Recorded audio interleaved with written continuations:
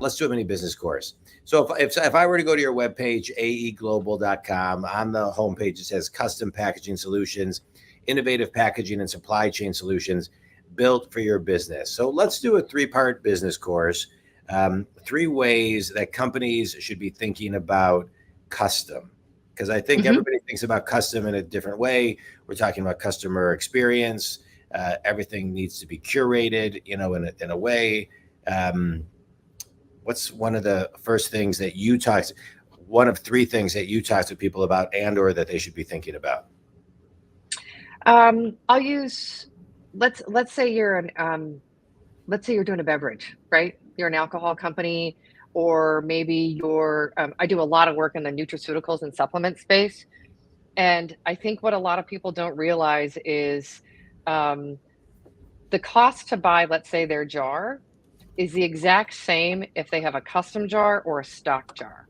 The only real difference in the cost is the mold to do that jar. So if you're going to be doing something that's 50, 100, 150,000, whatever that is, you might as well do a custom mold. The only thing that you have to do in that case is make sure you have enough time and make sure you're thinking about your packaging early in the process versus like, oh, hey, I made this amazing nutraceuticals. Oh, heck, I need a jar, right? It needs to be part of the initial process because that is going to make you stand out on shelf. Think about when you go to an alcohol store and you see the Angel's Envy bottle, or you see a Blanton's, or anything like that, or Finlandia. Those bottles really, really stand out.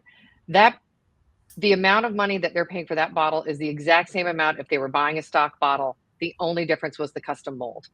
And so when you think about it, that's a really small investment. And so that's probably the very first thing that I tell anybody. And the MOQs for doing custom are often 5,000, 10,000. They're not that much. I really tell people, let's start at 10,000 because then it's more palatable. But it's the very first thing that I think of. And then from so that would be the first part of the experience. What's number 2? Number 2 is really think about what your sustainability platform is going to be, because it's table stakes now, right? You don't have a choice. And whether you're a company that's thinking about going public, because a lot of times when you're, meeting potential investors or you're working with Goldman Sachs or whatever, they're going to be like, what's your sustainability platform? So you should be thinking about that up front. Is this something that's recyclable? Am I using recycled materials? Am I right sizing this? What's my message? Because it should be part of the message. My favorite story about this, and this was about 6 years ago, so this doesn't happen anymore, but I did a whole new branding exercise, packaging for 6 brand new product lines for a brand new cannabis brand. And we've produced it. We're about to launch it. And their marketing department called me and said, hey, what's sustainable about our new packaging? Now, the great news is I'm a sustainable person at my core. So I had already specified a lot of things that I could share with them that they could build their story about. But what if they'd been working with somebody who didn't care or wasn't thinking about that?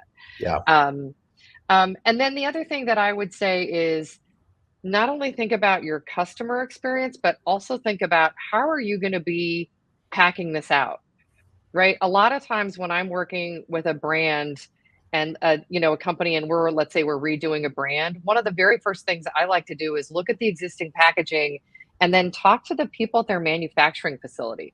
It's like, what do you like about this current packaging and what do you hate?